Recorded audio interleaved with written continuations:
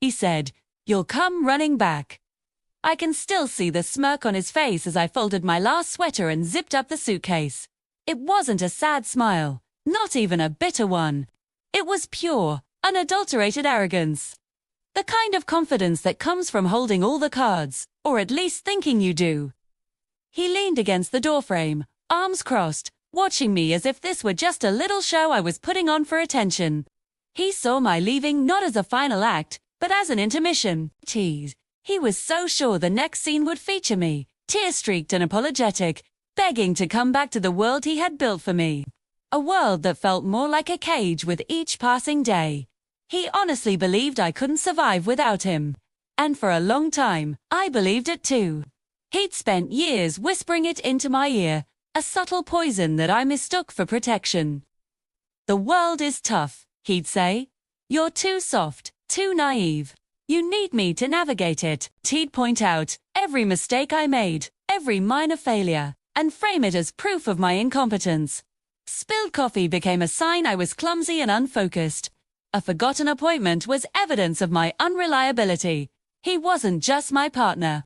He had appointed himself my caretaker, my guide, my judge, and I, wanting to be loved, accepted the role of the person who needed constant saving. Packing my bags that day wasn't a moment of explosive anger.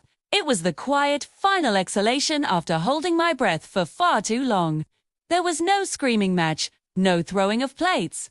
The fight had happened days before, a small, insignificant disagreement that spiraled, as they always did, into a lecture about my flaws. But this time, something inside me didn't just bend. It snapped. And in the quiet aftermath, I realized the only thing I was truly afraid of wasn't leaving him, but the thought of staying and losing what little of myself I had left. So I packed, methodically, calmly. Each item I placed in the bag felt like reclaiming a piece of myself. He smirked, but he never expected the silence. In his version of the story, my phone would start ringing within hours. First angry texts, then desperate voicemails filled with crocodile tears. He had his script ready, his lines rehearsed. He'd let me stew for a day or two, let the reality of my mistakes sink in. Then, he would graciously answer, listen to my pleas, and allow me to return. My tail between my legs, forever indebted to his forgiveness. He was waiting for the drama, the emotional explosion that had always followed our fights. It was a dance he knew well, a cycle of conflict and reconciliation that always left him in a position of greater power. But my phone remained silent. I didn't block his number, not at first. That would have been a message, an action. And I was committed to inaction. To nothingness. I wanted him to see the ringing unanswered.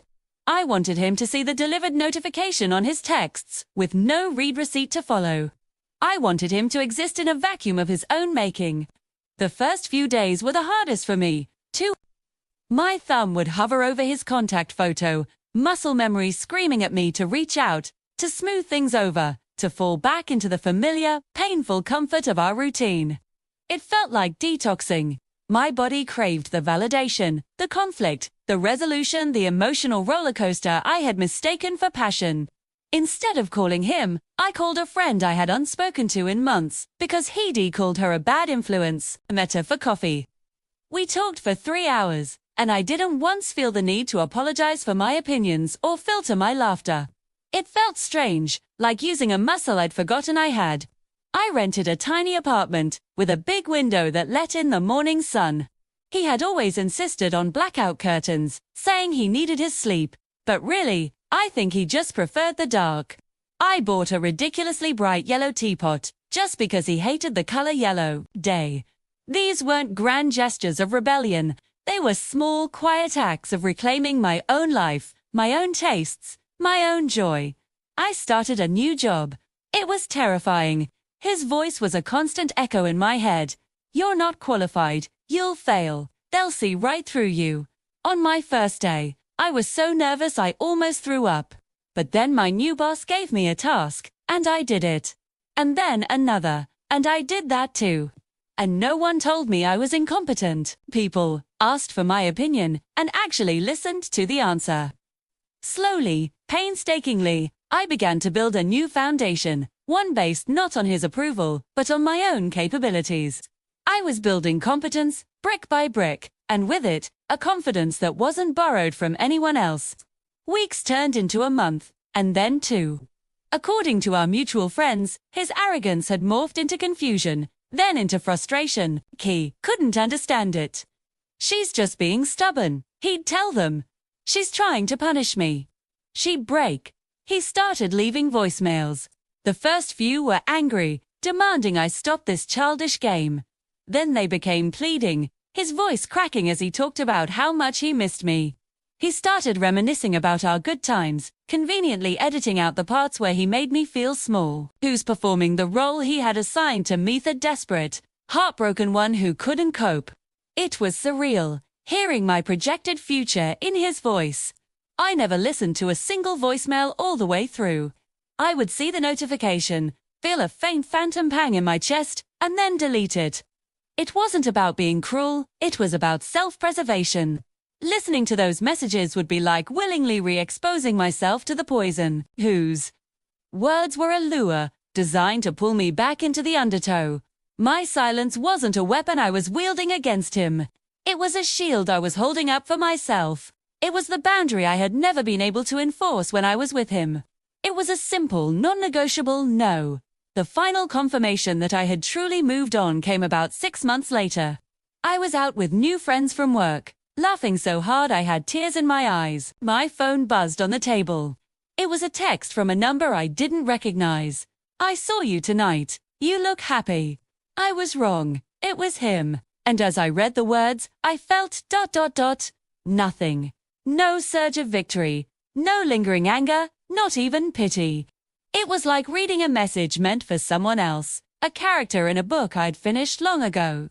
I simply put my phone back down, face down on the table, and turned back to my friends, back to my life, back to my laughter. I didn't need his admission. I didn't need his apology. My happiness was no longer a response to him. It was its own entity, born from my own strength.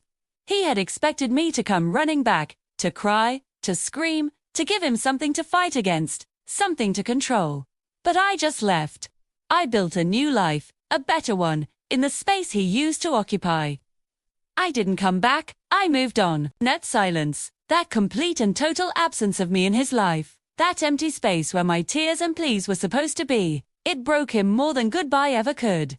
Thank you so much for watching and for being a part of this community. If this story resonated with you, I'd be so grateful if you'd like this video and subscribe to the channel for more content. Take care, and I'll see you in the next one.